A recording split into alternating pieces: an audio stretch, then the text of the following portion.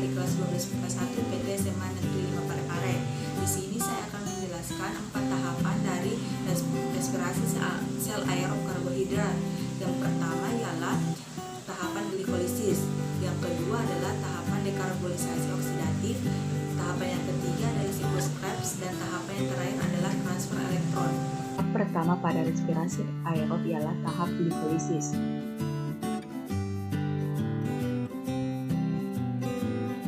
Pada tahap pertama glikolisis ialah fosforilasi glukosa atau disebut penambahan dari gugus fosfat pada jenis glukosa yang merupakan dari tahap awal.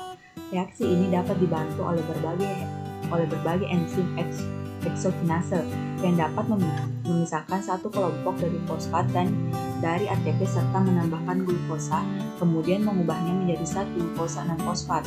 Yang mana di dalam proses glikolisis ini dapat membutuhkan satu molekul ATP yang kemudian diubah menjadi ADP dikarenakan pemisahan satu kelompok 1-fosfat. Pada tahap kedua ialah pembuatan 1-fruktosa 6-fosfat. Dalam proses ini, yang mana glikolisis dapat dibantu oleh enzim jenis fosfoglukosa isomerase yang mengubah glukosa 6-fosfat menjadi fruktosa 6-fosfat. Pada tahap ketiga yaitu fruktosa isomer 6-fosfat akan berubah menjadi fruktosa 1,6 difosfat dengan dilakukan penambahan kelompok fosfat. Lalu selanjutnya pada konversi ini dapat diproses dan kemudian dibantu oleh para enzim fosfofruktokinase yang dengan memungsikan dan memanfaatkan satu molekul ATP. Pada tahap keempat yaitu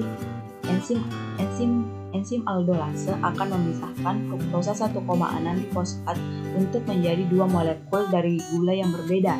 Kedua isomer satu dengan yang lain, gliseraldehida fosfat dan juga fosfat dihidroksiaceton ini merupakan hasil dari pembentukan gula.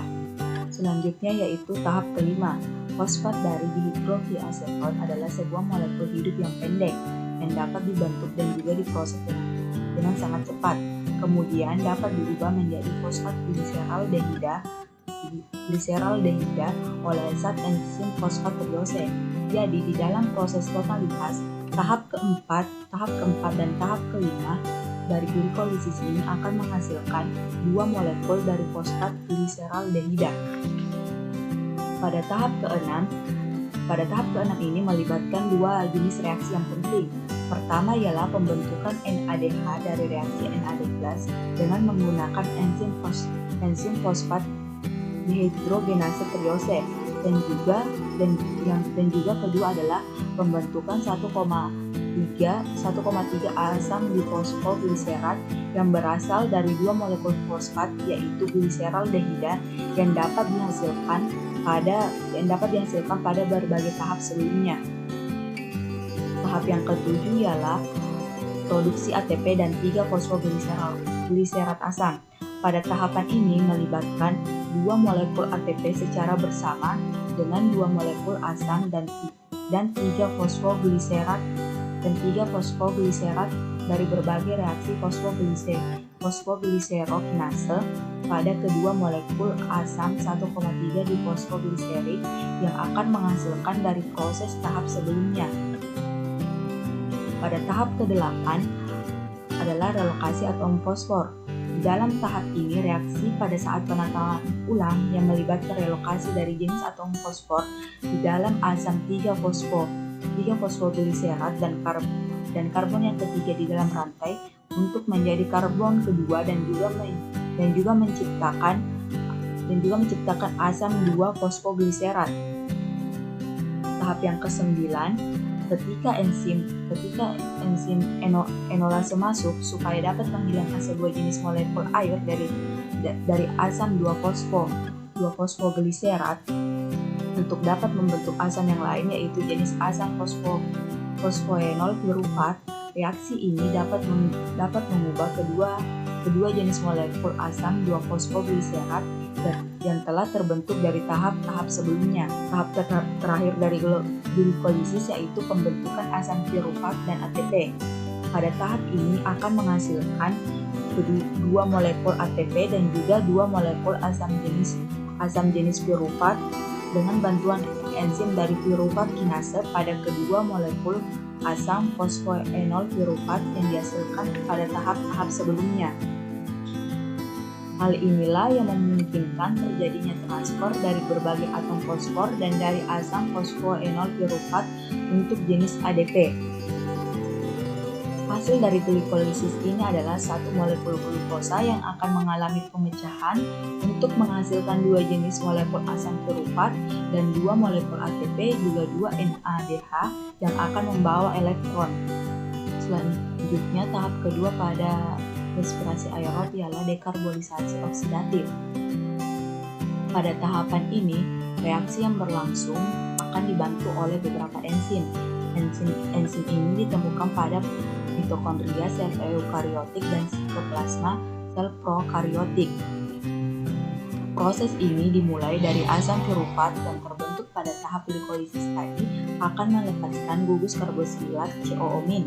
Gugus tersebut akan diubah menjadi CO2, kemudian sisa 2 atom dari asam piruvat dalam bentuk CH3COO- akan mentransfer kelebihan elektronnya menjadi molekul NAD+ dan membentuk NADH. Molekul 2 atom karbon tersebut akan berubah menjadi asetat. Terakhir, koenzim A akan diikatkan pada asetat dan membentuk asetil koenzim A. Tahap selanjutnya adalah siklus Krebs. Siklus Krebs merupakan tahapan ketiga dari respirasi aerob. Tahapan pertama dari siklus Krebs yaitu asetil koenzim A akan masuk ke siklus Krebs dengan melepaskan koenzim A. Dua atom karbonnya akan berikatan dengan asam oksaloasetat membentuk asam sitrat. Tahap ini menggunakan enzim sitrat sinetase. Tahapan kedua yaitu satu molekul air H2O dikeluarkan dan satu molekul lainnya ditambahkan kembali sehingga asam sitrat membentuk isomernya menjadi asam isositrat dengan menggunakan enzim akonitase. Tahap yang ketiga yaitu asam isositrat akan melepaskan gugus karboksil COO- dalam bentuk CO2 dan memberikan atom hidrogen beserta elektronnya kepada NAD+ untuk membentuk NADH. Sementara itu, asam isositrat berubah menjadi asam alfa-ketoglutarat dan dengan enzim isositrat dehidrogenase.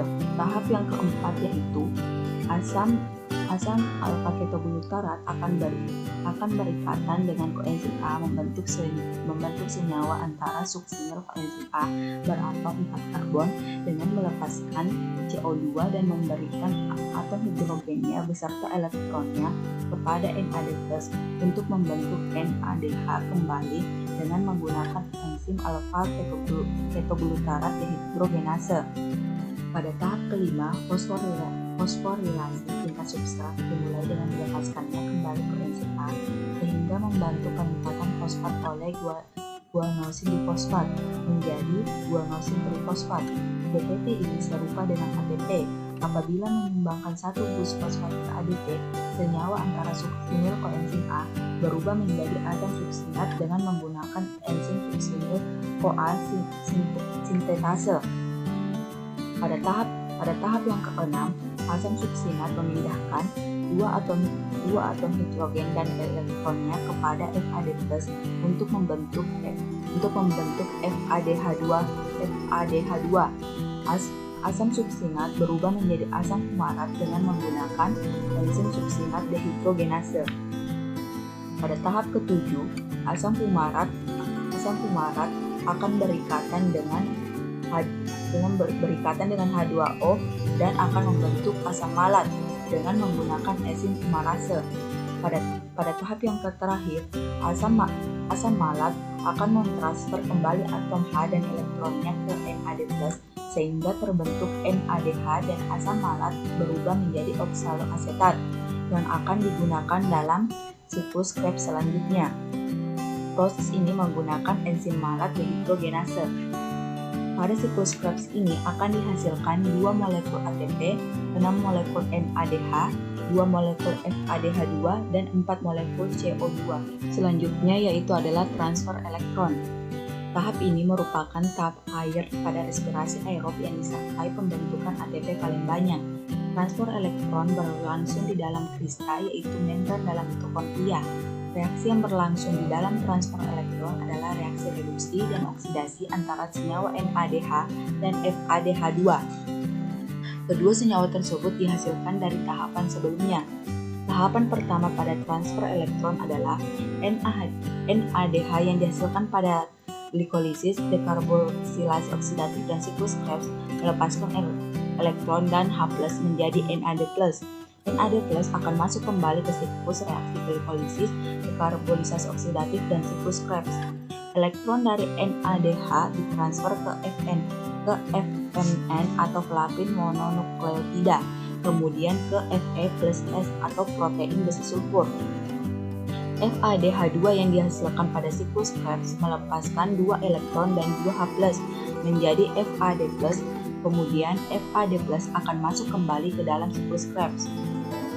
Elektron dari FADH2 juga akan ditransfer ke dalam Fe+S atau protein besi sulfur.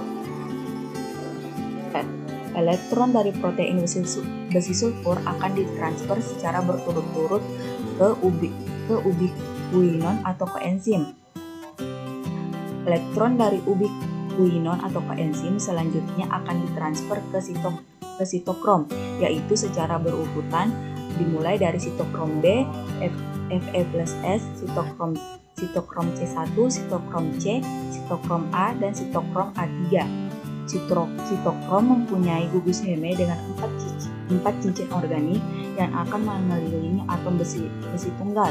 Atom besi inilah yang akan memindahkan elektron. Tahap terakhir yaitu sitokrom A3 akan mentransfer elektronnya ke oksigen. Kemudian oksigen 2O2 akan menangkap 2 H+ sehingga terbentuklah H2O atau air.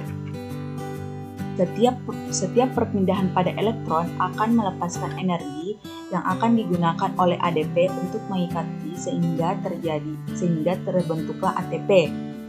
Dalam reaksi redoks, ketika senyawa-senyawa mentransfer atau melepas elektron dalam keadaan teroksidasi, namun ketika menangkap elektron dalam keadaan tereduksi. Dalam pembentukan ATP diperlukan enzim ATP sintase. Enzim ini bekerja seperti pompa ion. Sumber daya ATP sintase berasal dari perbedaan konsentrasi H+ pada sisi yang berlawanan dari membran dalam mitokondria.